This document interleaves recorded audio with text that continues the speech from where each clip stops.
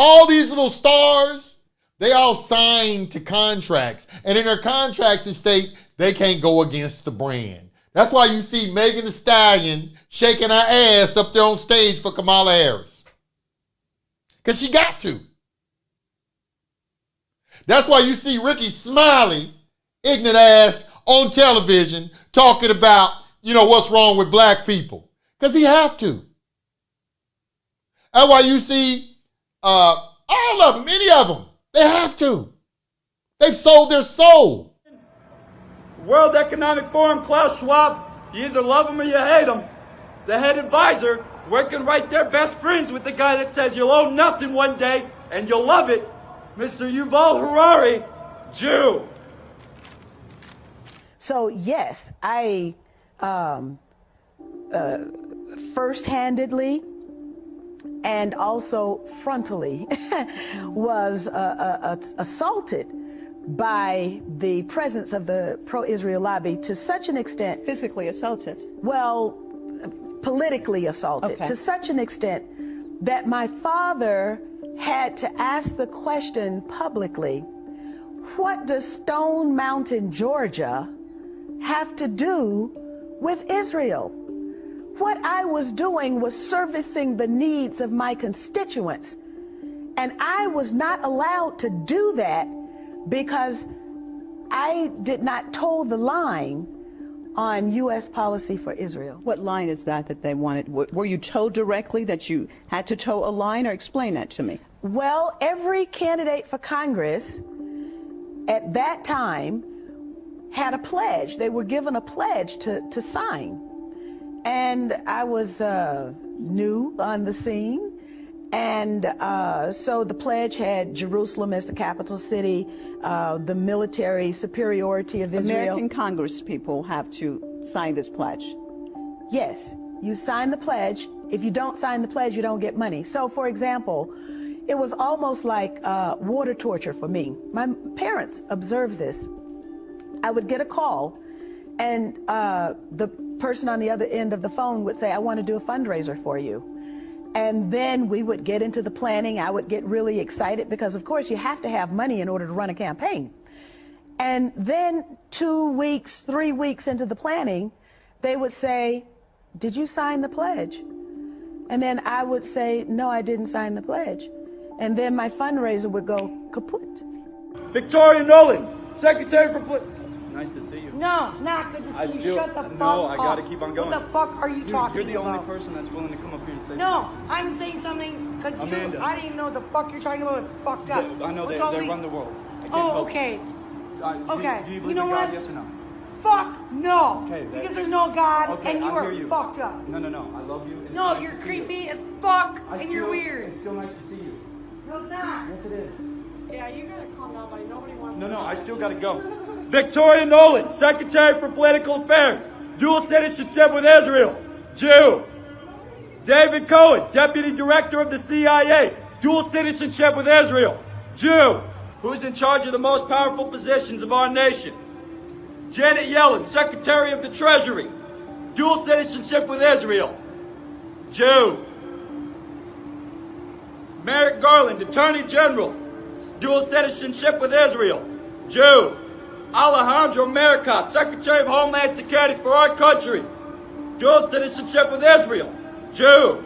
Avril Haines, Director of National Intelligence, dual citizenship with Israel, Jew. Hey, brother, hope you have a blessed day. Keep on fighting, brother. Jeff Zients, White House Chief of Staff, dual citizenship with Israel, Jew. 4-star Admiral Rachel Levine, U.S. Assistant Secretary of Health. U.S. Assistant Secretary of Health.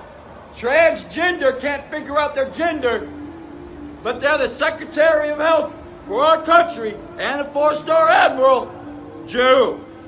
Antony Blinken, Secretary of the State. Dual citizenship with Israel, Jew. Wendy Sherman, Deputy Secretary of the State.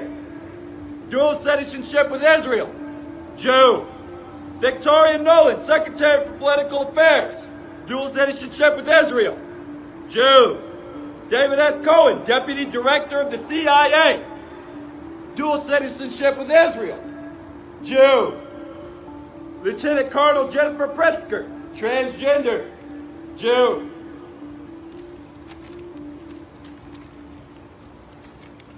Now we'll talk about who's behind abortion.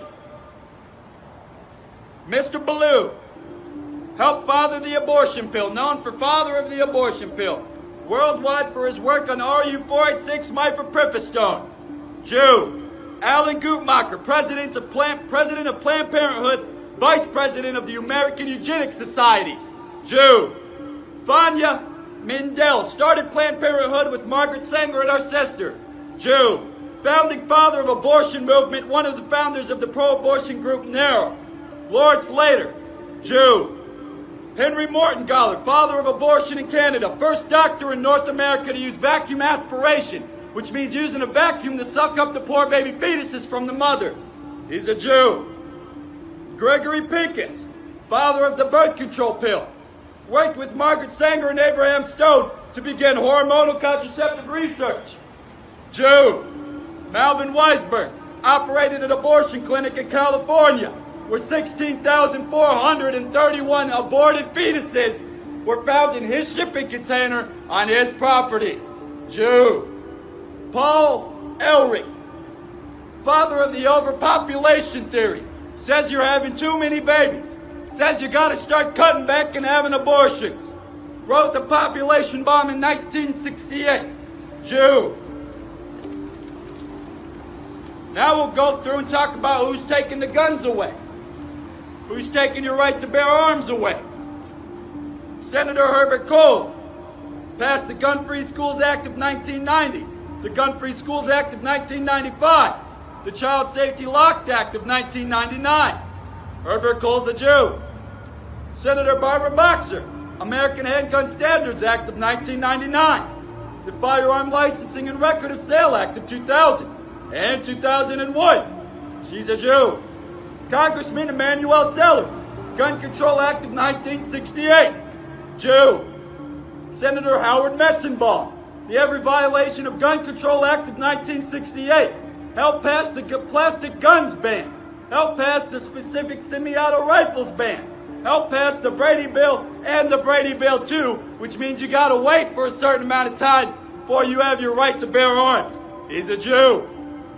Senator Dianne Feinstein, the Every Violation of the Gun Control Act of 1968, the Large Capacity Ammunition Magazine Import Ban, the Firearm Licensing and Record of Sale Act of 2000 and 2001. She's a Jew.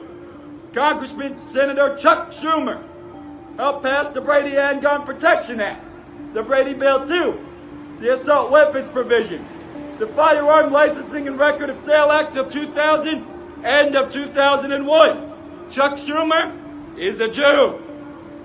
Senator Frank Lautenberg, he helped pass the Gun-Free Schools Act of 1995, the Lautenberg Domestic Confiscation Provision, the Stop Gun Trafficking Act of 1999, the Gun Show Accountability Act of 1999, the Gun Industry Accountability Act of 1999. He's a Jew.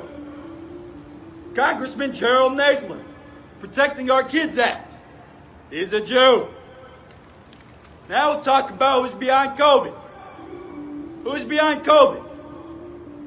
We'll talk about who's trying to get people to take the experimental jabs. CDC Director, Director of the Center for Disease Control, Rochelle Walensky, Jew. CDC Deputy Director, Ann Schwalchik, Jew. CDC Chief of Staff, Sherry Berger, Jew. CDC Chief Medical Officer, Mitchell Wolf, Jew. CDC Director in the Washington office, Jeff Rezek, Jew. COVID Czar Jeff Zients, Jew. COVID Senior Advisor Andy Slavin, Jew. Assistant Health Secretary for our country, but they can't even figure out their own gender because they're transgender, but they're in charge of health of our country, Rachel Levine, Jew. Head of Pfizer, Albert Bourla, Jew. Pfizer Chief Scientist, Michael Dostin, Jew. Moderna Chief Scientist, Tal Zaks, Jew. BlackRock CEO, Larry Fink, Jew. BlackRock President Rob Capitow, Jew. Chief Medical Officer of Johnson & Johnson, Jew. Chief Medical Officer of Merck, Michael Rosenbaum, Jew. Executive Chairman, World Economic Forum, Klaus Schwab, you either love him or you hate him. The head advisor, working right there, best friends with the guy that says you'll own nothing one day and you'll love it, Mr. Yuval Harari, Jew.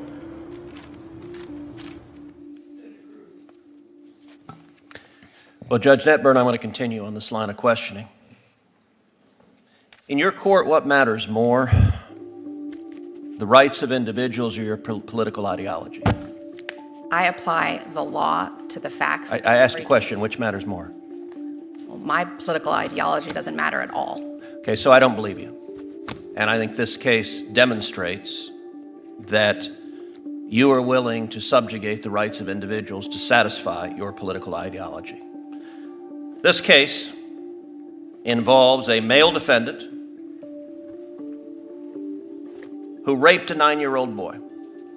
Was he guilty of that?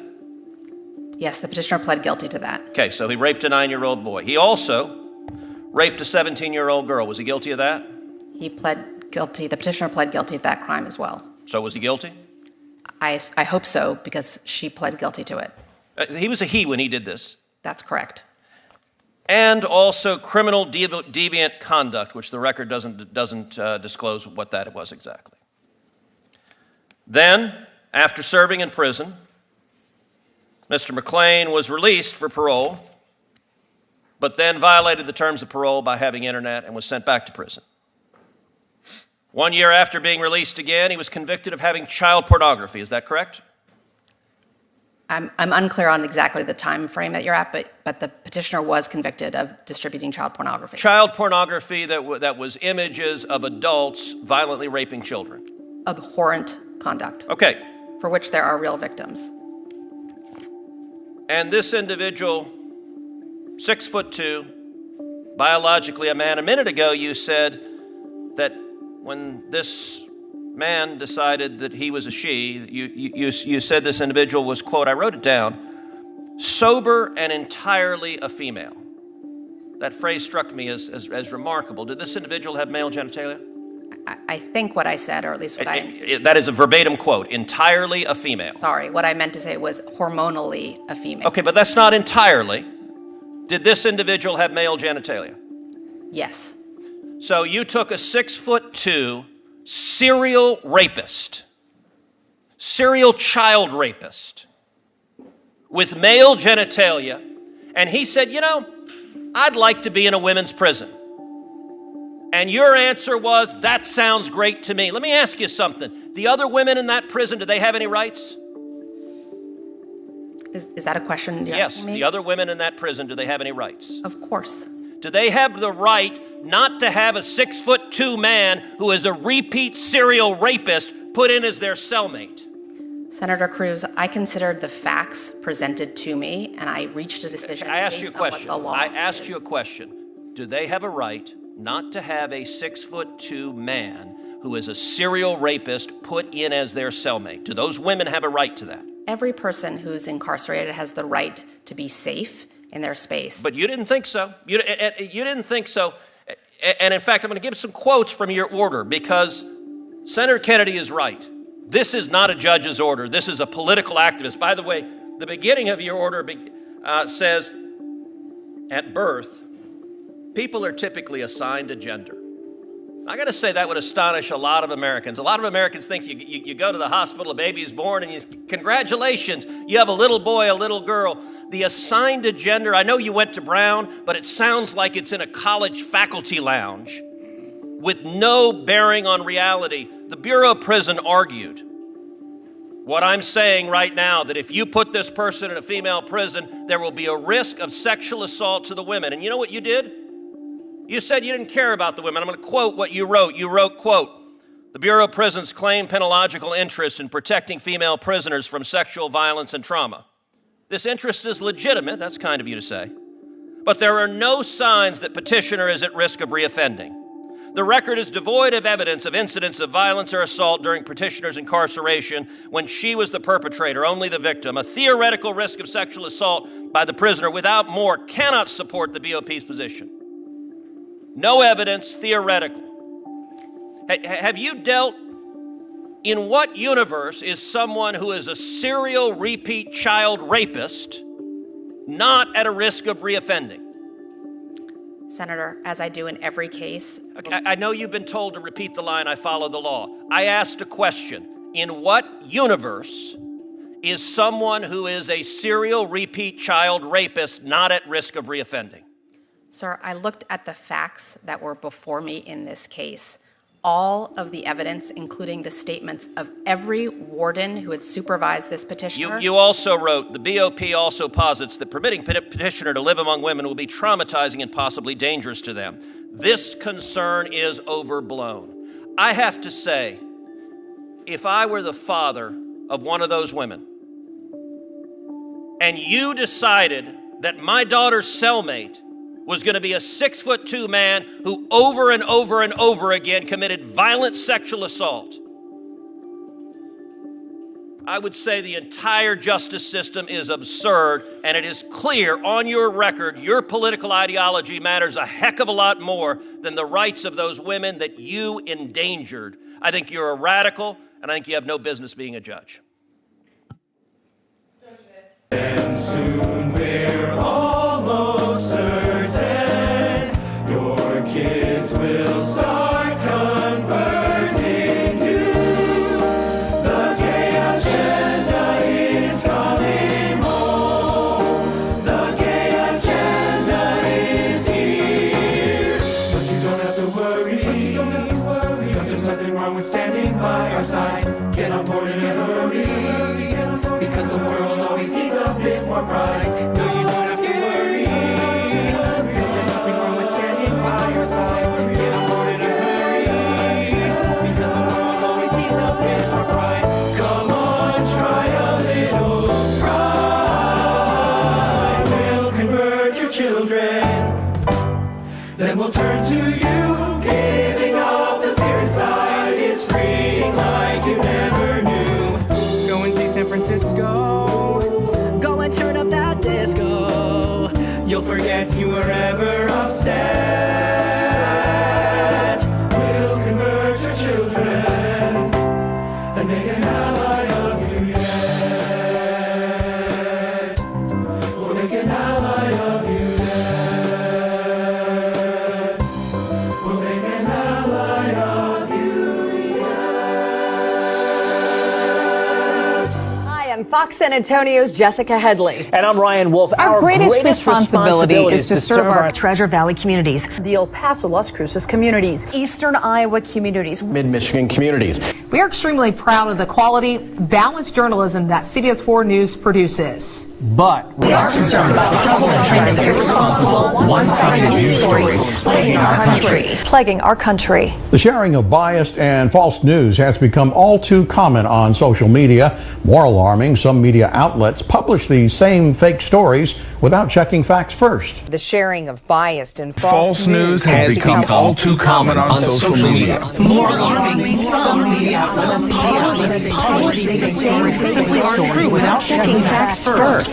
Unfortunately, some members of the media use their platforms to push their own personal bias and agenda to control exactly what people think. And this is extremely dangerous to our democracy. this is extremely dangerous to our democracy. This is extremely dangerous to our democracy. This is extremely dangerous to our democracy. This is extremely dangerous to our democracy. This is extremely dangerous to our democracy. This is extremely dangerous to our democracy. This is extremely dangerous to our democracy. This is extremely dangerous to our democracy. This is extremely dangerous to our democracy. This is extremely dangerous to our democracy. This is extremely dangerous to our democracy. This is extremely dangerous to our democracy. This is extremely dangerous to our democracy. This is extremely dangerous to our democracy. This is extremely dangerous to our democracy. When you show them things like this, that the news is scripted, it's scripted. It's a propaganda machine. All these little stars they all signed to contracts. And in their contracts, it state they can't go against the brand. That's why you see Megan Thee Stallion shaking her ass up there on stage for Kamala Harris. Because she got to.